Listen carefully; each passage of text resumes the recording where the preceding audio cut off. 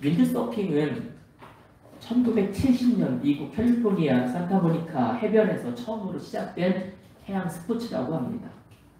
서핑을 즐기는 사람들은 바람이 불지 않으면 재미가 없다고 하죠. 파도가 크게 치는 것을 오히려 스릴 넘치는 스포츠로 즐기게 됩니다. 서핑하는 사람들은 파도가 오면 두려워하지 않는다고 합니다. 오히려 파도는 자기가 전력 질주해서 달려갈 수 있는 고속도로처럼 여기게 된다고 하죠. 그들의 시선은 파도의 파괴성에 있지 않습니다. 어마무시한 크기에 있지 않습니다. 그저 그들의 눈에는 들어오는 파도는 자신을 앞으로 더 빨리 달리게 하는, 타게 하는 그런 파워, 힘으로 여길 뿐인 거죠.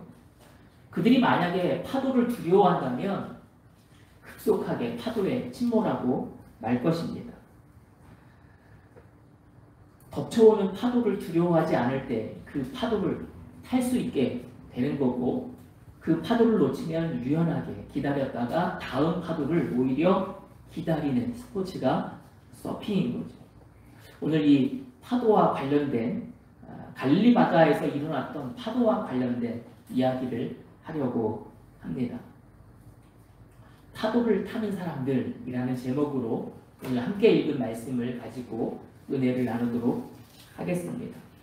갈릴리 바다는 통상 지난주 잠깐 말씀드렸던 것처럼 민물 호수이죠. 그럼에도 불구하고 그 크기가 어마무시해서 바다다라고 불릴 정도입니다. 오늘 말씀에서 읽어봤듯이 큰 풍랑이 일 만큼 호수는 굉장히 컸습니다.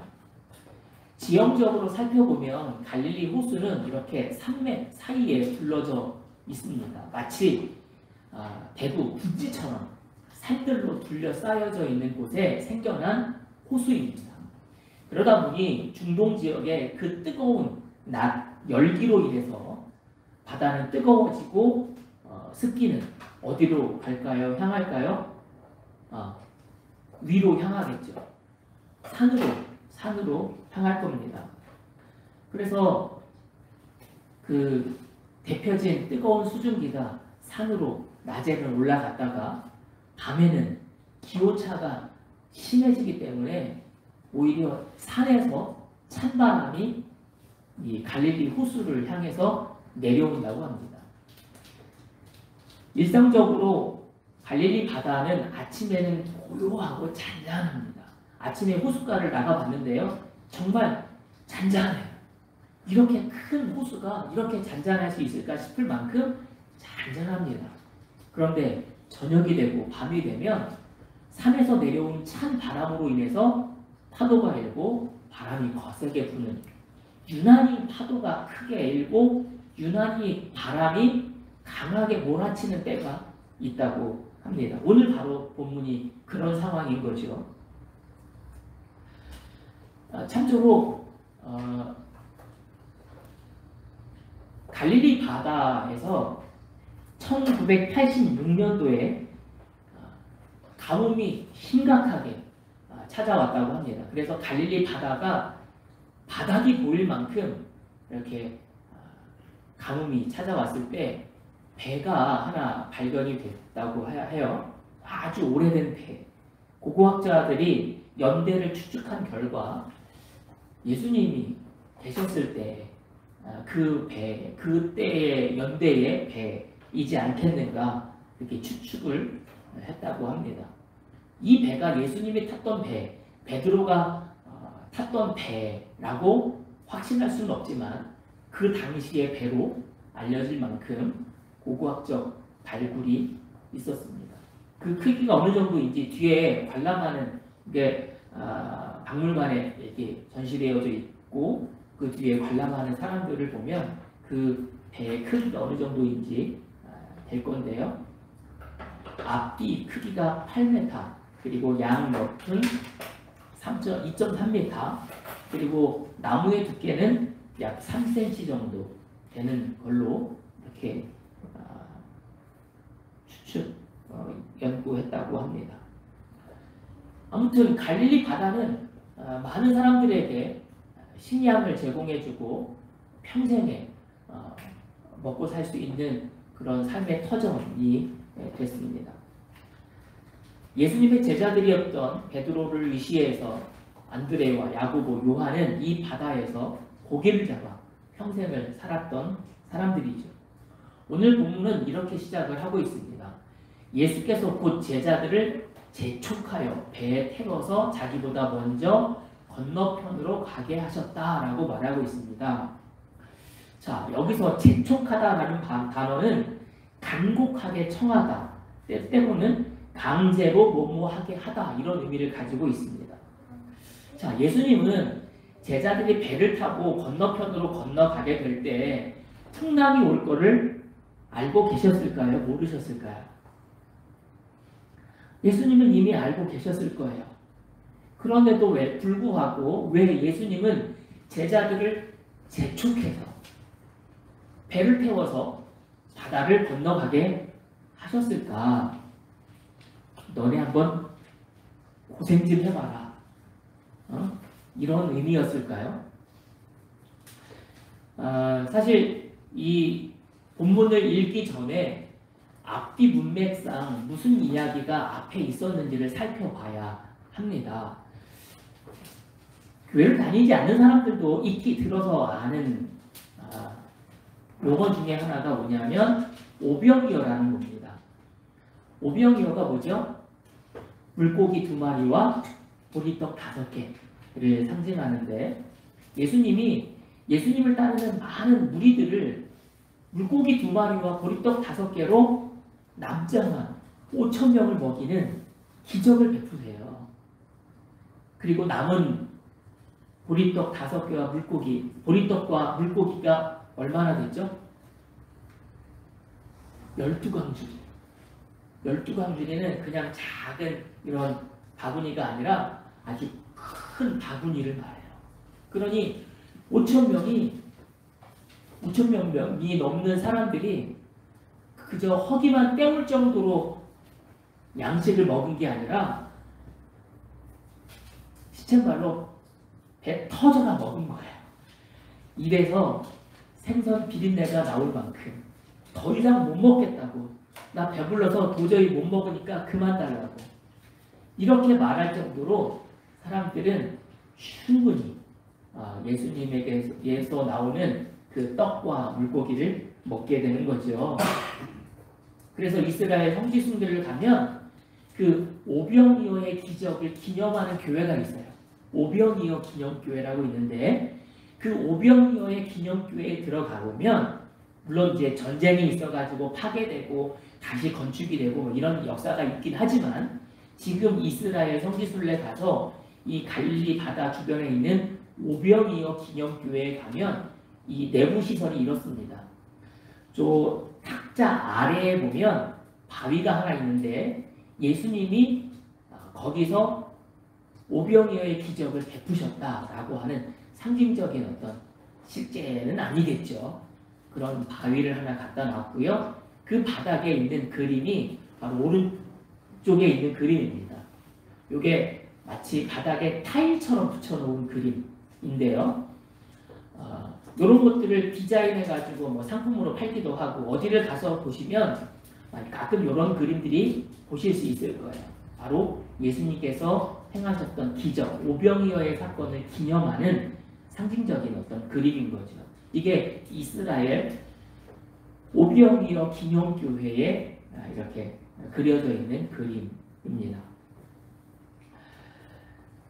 예수님이 그렇게 기적을 행하시고 사람들은 어떤 마음이 들었을까요? 예수님을 바라볼 때. 야, 저분이 임금이 된다면, 저분이 우리나라의 최고 지도자가 된다면 우리는 행복할 텐데, 우리는 로마의 압제를 당할 것이 아니라, 우리는 굳이 세금을 내서 로마에 바칠 것이 아니라 우리는 독립국가가 되고 근심과 걱정 없이 풍요로운 삶을 살 텐데, 그래서 예수님을 따르는 많은 사람들이 예수님을 왕으로 추대하려고 했었어요. 그러나 예수님은 No, 아니라는 거죠. 거절하십니다. 그리고 그들을 헤쳐보내세요. 돌려보내세요. 그리고 예수님은 따로 한적한 곳에 가서 기도하시죠. 우리 같으면 내가 인기가 높아지고 나를 따르는 사람들이 많아지면 목에 힘이 들어가고 어깨가 으쓱해지죠. 그리고 좀 뭘부터 만들까요? 명함부터 만들겠죠. 나 자신의 이력을 자랑하고 자기가 어떤 사람인지를 드러내 보이려고 하는 일들을 할 겁니다.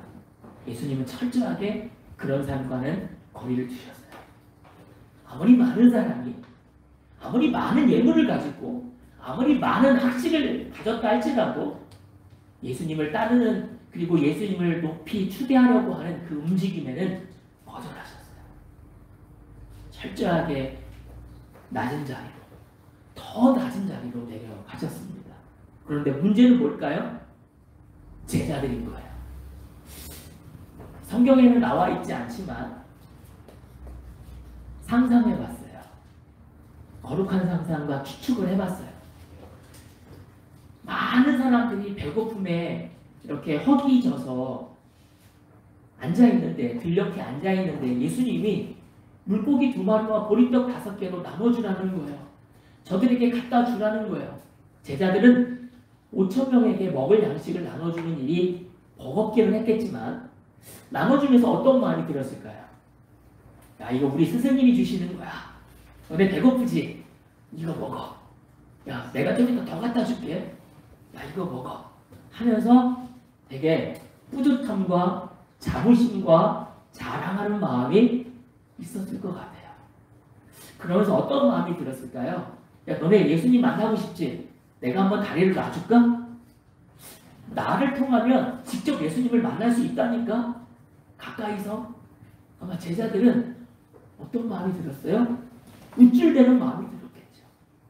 제자들은 자기가 예수님을 따르는 제자가 된 것에 대해서 아마 자부심과 내가 잘한 결정이라고 생각했을지 몰라요. 사람들은 조명을 받고 사람들로부터 시선을 받고 인기를 얻으면 그럴 수밖에 없는 존재들인 것 같아요. 제자들은 성공에 도취해서 그 성공에 취해서 시간 가는 줄 모르고 그 일들을 다 마쳤을 겁니다. 그리고 사람들로부터 예수님, 당신들 대단해 라고 하면서 박수와 어떤 관심을 한 몸에 받았을 겁니다. 근데 그러다 보면 진정 우리가 추구해야 할 영적인 것들에 대해서 놓치기 쉽다는 거죠. 하나님을, 그것을 허락하신 하나님을 잊어버리고 어떻게 하면 사람들에게 인기와 관심을 더 받을 수 있을지에 대해서 몰입하게 된다는 겁니다. 그래서 예수님은 그것이 얼마나 위험한지를, 그것이 우리 영혼에 얼마나 해악을 가져다 주는지를 아셨던 거죠. 그래서 제자들을 그 5,000명이 넘는 사람들과 빨리 분리시키시기 원했던 거예요.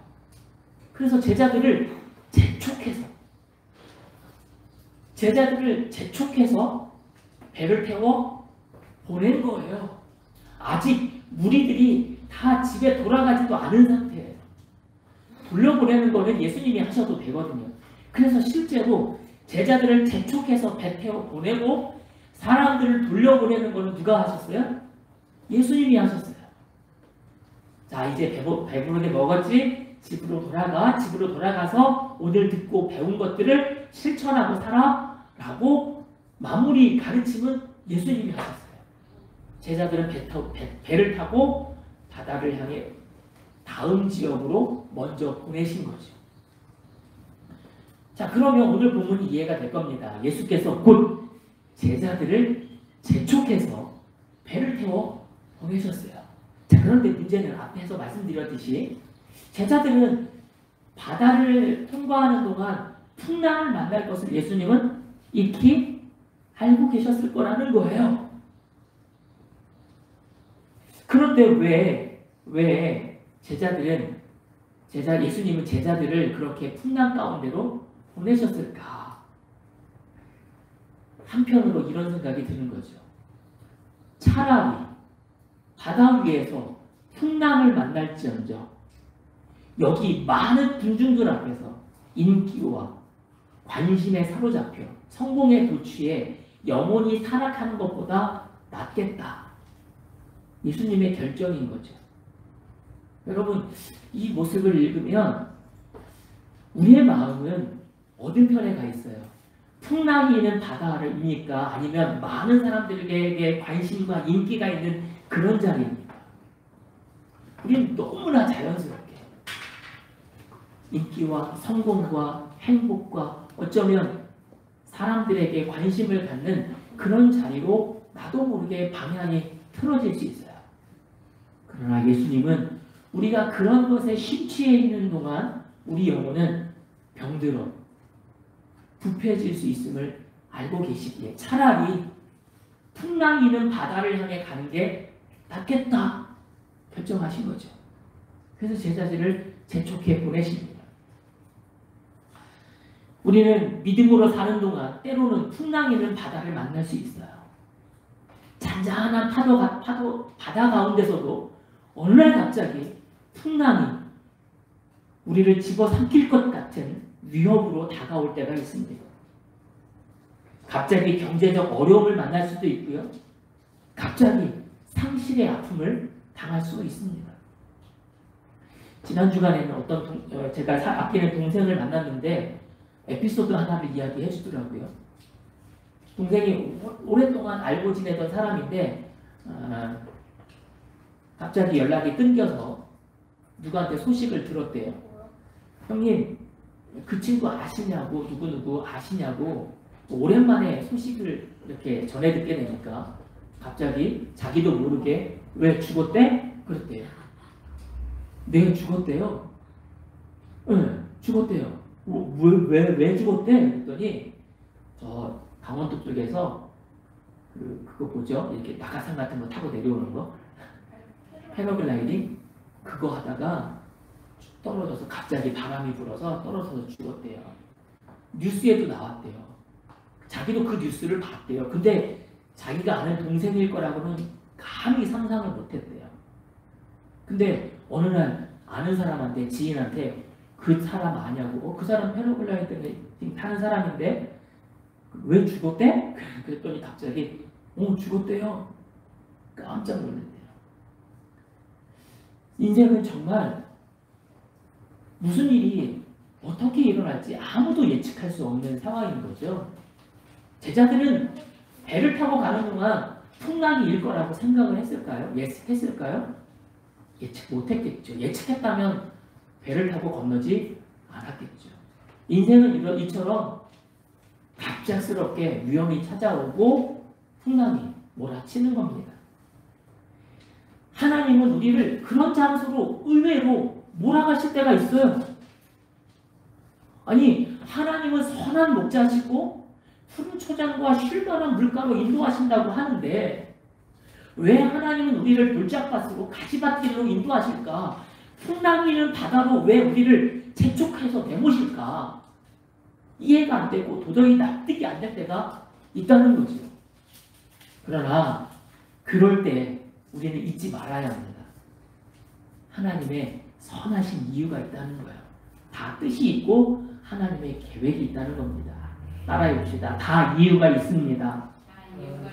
다 뜻이 있습니다. 다 계획이 있습니다. 차라리 풍랑 있는 바다 위에서 고통받는 게 낫지 영광과 성공과 인기에 몰입해서 사람들에게 그 영광에 부합해서 내 영혼이 파괴되는 것, 그게 더 위험한 거를 예수님은 아셨던 거죠. 그래서 우리를 풍랑 있는 바다 위로 내미실 때가 있다는 거예요. 우리가 그런 상황을 만나면 하나님 왜 그러시는 거죠? 불평하고 원망할 일이 아니라 다 뜻이 있겠지. 다 이유가 있겠지. 하나님의 계획하심이 있겠지. 이거가 아니면 더 큰 위험이 있었는데 그거를 방지하시기 위해서 차라리 이게 낫겠다 싶어서 하나님이 여기로 인도하시는 건가 보다. 이런 믿음의 태도가 저와 여러분들의 믿음의 태도가 될 수 있기를 주님의 이름으로 축복을 드립니다. 그리고 오늘 본문에 보면 예수께서 곧 제자들을 재촉하여 배에 태워서 자기보다 먼저 건너편으로 가게 하시고, 이 말씀을 보면 제자들은 배를 타고 그저 배 바다 위에서 항해하는 어떤 유람선으로 배에 태우신 게 아니라는 걸 알 수 있어요. 그렇죠? 가끔 여행지를 가면 유람선을 타면 어디 목적지가 있어서 가는 게 아니에요. 그죠? 1시간, 2시간 동안 그 해변을, 바다를 순항하는 거예요. 그죠?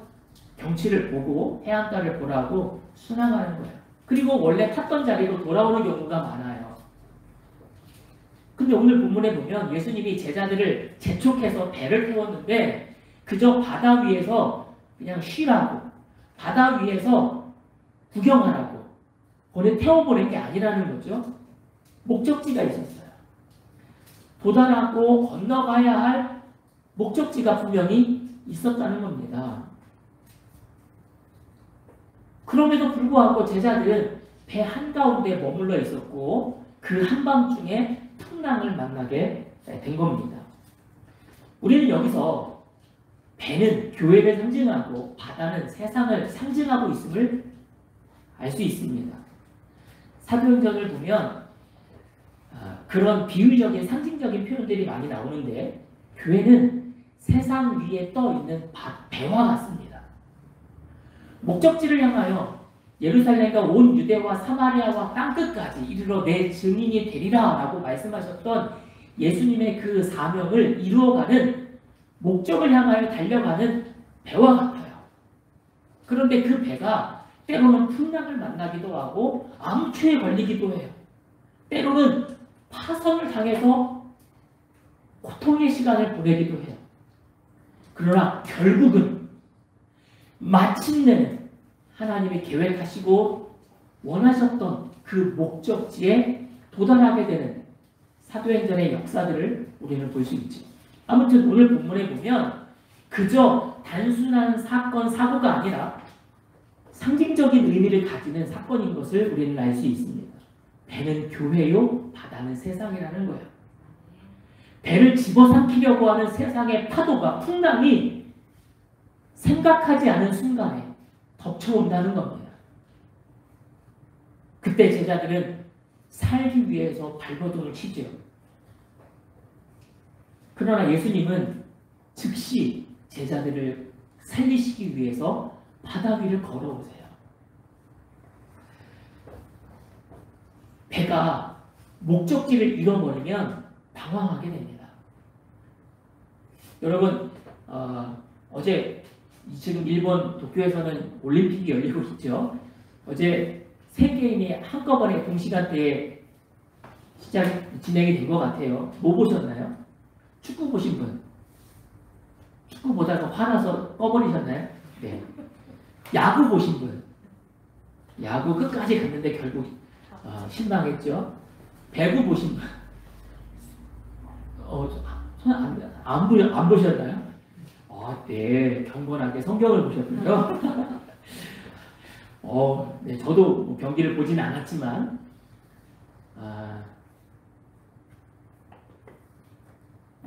만약에 축구를 한다고 생각해 보세요. 축구를 하는데 가운데다가 공을 하나 던져놓는데 양쪽 골대를 치워버렸다고 생각해 보세요. 축구 선수들이 뛸 수 있을까요? 얼마나 뛸 수 있을까요? 10분 하다 보면 지칠 거예요. 그죠? 지칠 겁니다. 목적을 두니까 축구가 45분 경기죠. 스포츠하고는 제가 정말 그 긴 시간을 축구 선수들이 지치지 않고 달릴 수 있는 이유는 골대를 줬기 때문이에요. 목표를 뒀기 때문이에요. 근데 그 골대를 치워버리면 그렇게 오래 달릴 수 없을 겁니다. 교회가 세상을 향하여 달려가야 하는데 그 목표를 상실했을 때 동력을 잃어버리게 되는 거죠. 한번 언젠가 말씀드린 적이 있는데 영화 실미도를 보신 적이 있나요? 실제 사건을 담은 영화지 않습니까? 저도 인상 깊게 봤는데 그 실미도를 보면 정말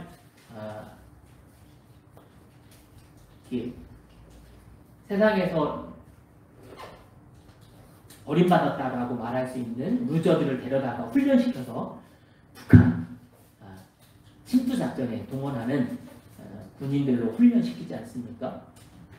근데 훈련은 잘 받았어요. 정말 누워서도 막 파리 잡고 막 이런 사람들이 됐어요. 칼 한 번 던지면 파리를 맞추는 이런 사람들이 됐어요.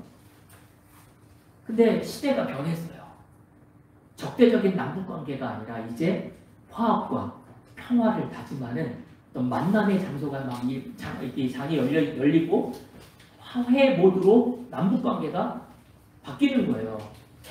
근데 이 사람들은 목표가 뭐였죠? 목적이 뭐였죠? 북한 침투에서 김일성, 좀 격한 표현으로 뭘 따는 거죠, 그죠? 그런 게 목적이었어요. 근데 그런 목적을 다 상실해버린 거죠. 나라에서는 이제 그 실미도 부대원들의 어떤 그 실상을 다 감추려고 하고 없애려고 하는 거예요. 그러니까 이 사람들이 화가 나가지고 탄압을 하게 되죠. 목표를 잃어버리면 동력을 잃어버리게 되고 동력을 잃어버리면 방향을 상실하게 되는 거죠. 제가 개척하면서 처음에 우리 교회는 어떤 방향으로 나아가야 할까, 어떤 목적을 향하여 비전을 가지고 달려가는 게 맞는 것인가 기도하다가 하나님이 주신 마음으로 사명 선언문을 한번 작성한 적이 있었습니다. 그 작성문을 우리 성도들이 한번 잘 아실 테고 주보에도 앞면에 나와 있죠. 우리는 오직 말씀으로 행복한 인생을 디자인하고 우리의 삶은 지식과 물질과 경험으로 세상 학식으로 행복해지는 게 아닌 거죠. 우리 인생은 오직 말씀으로 행복해지는 거예요. 디자인되어져야 돼요. 그리고 십자가와 부활의 복음으로 한 영혼을 살려. 한 영혼은 단순히 한 영혼을 말하는 게 아니라 한 영혼에 대한 간절함과 정말 소중함을 가지고 교회가 성도가 살아가야 함을 말하는 거죠. 그래서 이 땅에 하나님의 나라를 확장시켜 나가기 위해 우리 교회는 존재하는 겁니다. 우리 같이 한번 읽어볼까요? 시작! 우리는 오직 말씀으로 행복한 인생을 디자인하고 십자가와 부활의 복음으로 한 영혼을 살려 이 땅에 하나님의 나라를 확장시켜 나가기 위해 존재한다. 아멘. 주보 앞면에도 나와 있죠. 이런 분명한 목적을 가지고 우리 교회는 출발했습니다. 이 목표와 이 목적을 잃어버린다면 우리 교회는 존재할 이유가 없는 거죠.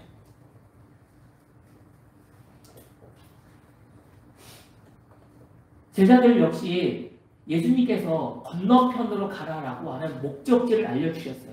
그리고 그 목표를 향해서 노를 저어 항해해 갔습니다. 그런데 뭘 만나요?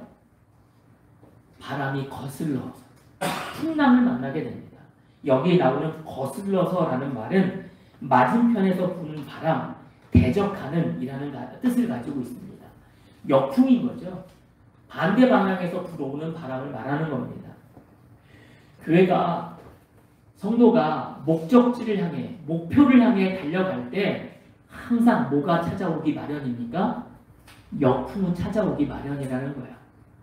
사실 가만히 있으면 저항을 받지 않아요.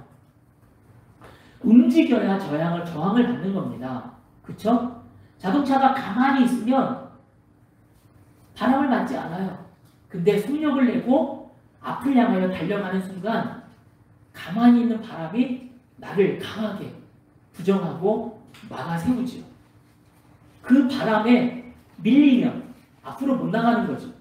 그러나 그 바람보다 더 강한 힘을 가지고 더 추진력을 가지고 앞으로 달려가면 그 바람은 아무것도 아닌 거예요. 전진할 수 있는 거지. 교회가 이 목표를 향하여 달려갈 때 때로는 풍랑, 시련, 거슬러서 부는 역풍을 만날 수가 있습니다. 그건 당연한 거예요.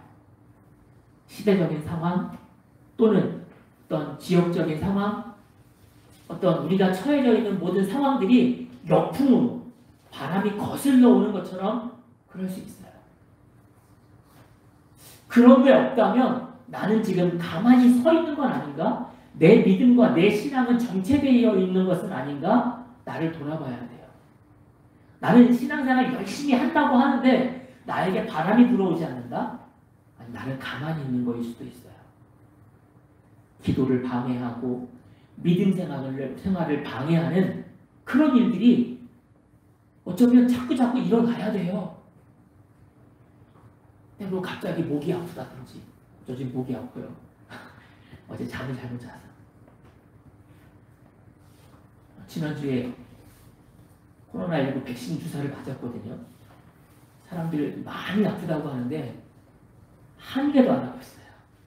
여기 그냥 야구방망이로 한 대 맞은 정도? 괜찮더라고요. 여러분 빨리 맞으셔서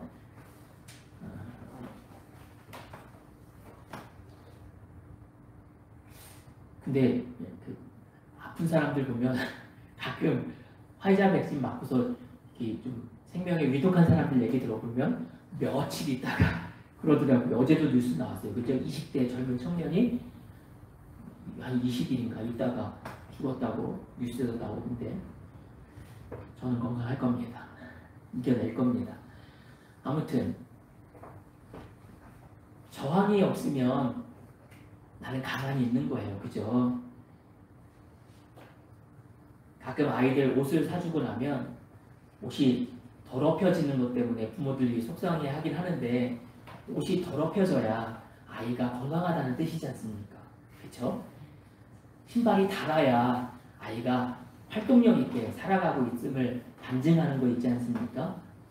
당연한 거라고 봐야 되고 좋게 받아들여야 될 부분인 거죠. 신앙생활도 마찬가지예요. 믿음으로 달려가는 순간 기도를 방해할 수 있고 때로는 내 몸에 질병이 찾아와서 기도하는 것을 방해하고 하나님 말씀을 묵상하게 하는 일을 방해할 수가 있어요. 예배하는 것들을 방해할 수가 있어요. 주일날 아침에 막 마음을 불편하게 만들어요. 분주하게 만들어요. 예배하는 데 집중하지 못하게 만들어요. 그런 일들이 우리 주변에서 일어나고 있으면 때리치자 이게 아니라 나는 지금 신앙생활 잘하고 있는 거구나 이렇게 생각하셔야 돼요.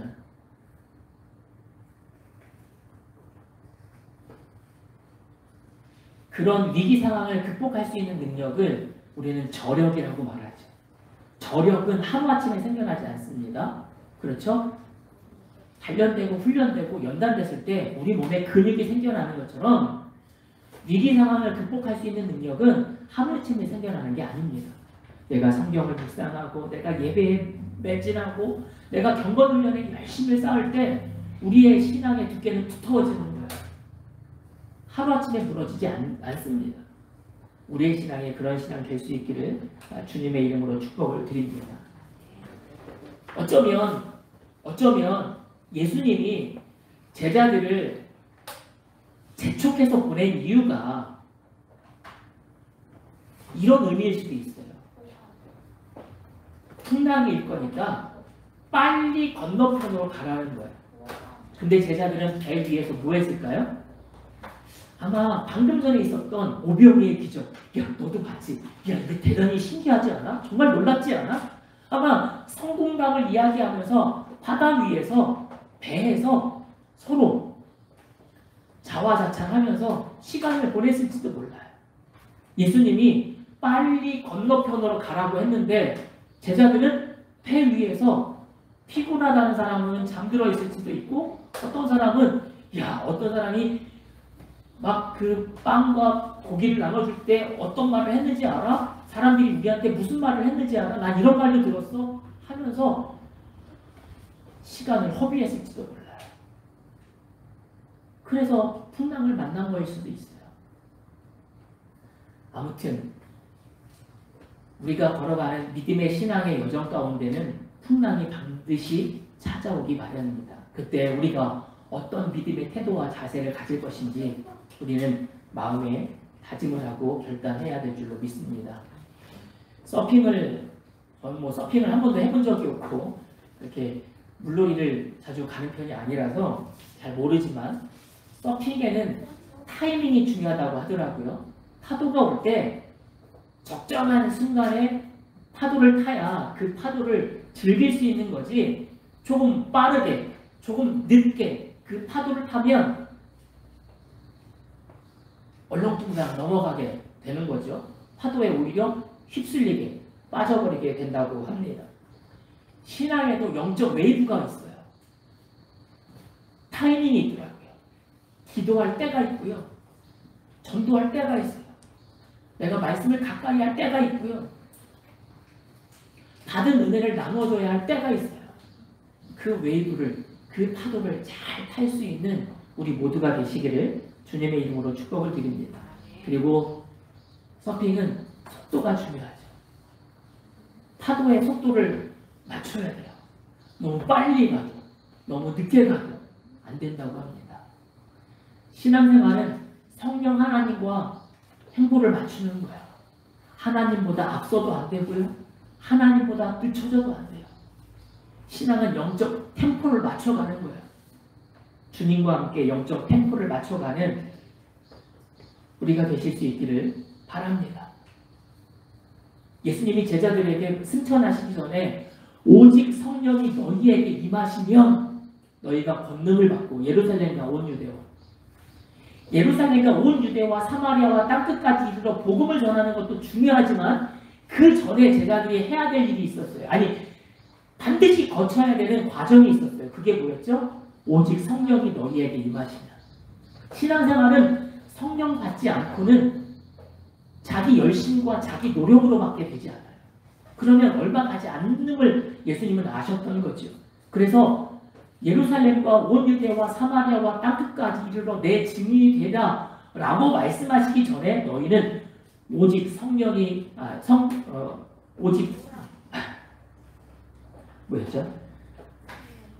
오직 성령이 너희에게 임하시냐. 너희가 권능을 받고 권능을 받은 다음에 무기에다가 총알을 지급받은 다음에 전쟁터로 나가야 되지, 아무리 전쟁터가 급박한 상황이라고 해도 총만 들고 나가면 소용이 없는 거잖아요. 세 번째로 서핑은 방향이 중요하다고 하죠. 다 있는데 전쟁은 저기서 터졌는데 나는 뒤로 달려가요. 신앙생활은 방향이 중요합니다. 주님과 함께 한 방향을 향하여 달려가는 거예요.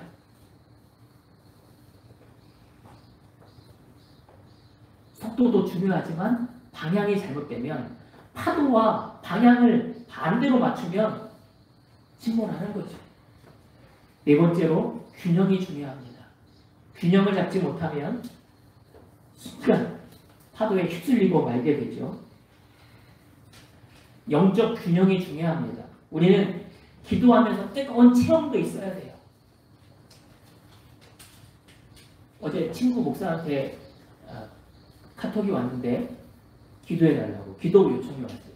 교회 안에 귀신 들린 이런 영적 악한 영에 사로잡혀서 우리가 알고 있는 성경에 나와 있는 그런 증상들과 그런 상황들이 펼쳐지고 있대요. 그래서 전교인이 매달려서 기도하고 있고 지금 치유되어 가고 있는 과정이라고 소개를 받았습니다. 함께 기도하겠다고 했고, 어떤 그런 영적인 체험들이 우리한테 중요할 수 있죠. 성령의 충만함을 경험하고 방언을 체험하고 어떤 예언을 하고 환상을 보고 어떤 이런 체험들이 중요하죠. 사실 그런 체험들이 한 번 이상은 분명하게 있어야 돼요.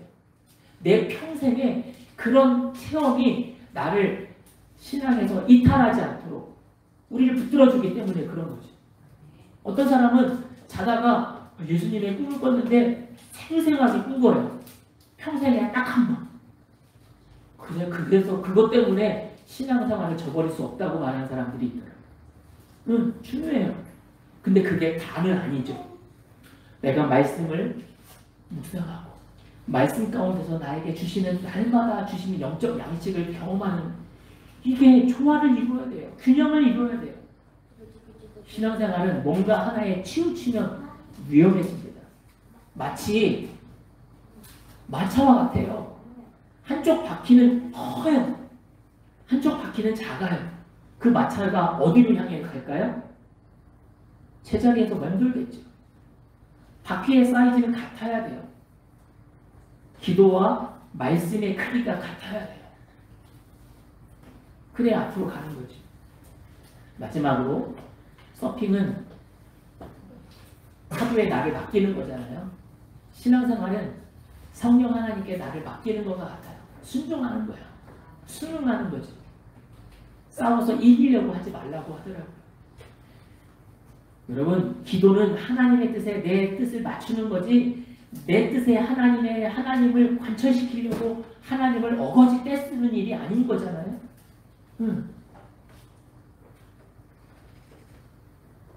성령 하나님과 동행하는 삶은 하나님의 말씀에 철저하게 순종하는 일이에요. 하나님이 우리에게 주신 말씀들, 하라 하지 말아라 라고 하신 말씀들을 순응하는 거예요. 그걸 거슬려서 득될 게 하나도 없습니다. 당장은 이익이 되는 것 같아도 결국엔 손해예요. 결국엔 손해예요. 말씀을 정리하고 마무리하도록 하겠습니다. 오늘 파도를 타는 사람들이라는 제목으로 함께 말씀을 나누었는데요. 함께 읽었던 내용 본문을 다 소개하지 못했지만 예수님은 오병이의 기적 이후 제자들을 재촉해서 배를 태워 건너편으로 보내시고 예수님은 군중을 돌려보내신 후 기도하러 산으로 가셨어요. 예수님조차도 사람들을 5,000명 넘기고 사람들이 인기에 병합해서 으쓱할 수 있는 상황에서 예수님은 철저하게 뭐 하셨어요? 기도하러 가셨어요. 혼자. 예수님은 제자들도 위험하지만 누구도 위험할 수 있는 것을 아신 거예요. 자기 자신도 위험할 수 있음을 아신 거죠. 그래서 모든 걸 다 내려놓으려고 하나님 앞에 홀로 독대하신 거예요. 기도하신 거죠. 이 모습이 없었다면 예수님조차도 실패할 수 있었죠. 제자들은 예수님의 보내심을 받고 즉시 재촉하셔서 보내시는 이유를 알 수 없었지만 예수님의 말씀이니 배를 타고 건너갔습니다. 그러나 풍랑을 만났을 때 제자들은 위험을 당하게 되죠. 이것을 우리의 영적 삶에 적용해 봤습니다. 우리가 걸어가는 모든 행보에 풍랑을 만날 수 있어요. 그때 당황하고 두려워할 일이 아니라 당연한 것이라고 생각하시고 믿음으로 극복해낼 수 있는, 그래서 파도를 두려워할 일이 아니라 파도를 타는 사람들, 영적 파도에 휩쓸릴 사람이 아니라 그 영적 파도를 타고 더 빨리 앞으로 나아갈 수 있는, 더 빨리 목적지를 향하여 달려갈 수 있는 저와 여러분들 되시기를 주님의 이름으로 축복을 드립니다. 기도하겠습니다.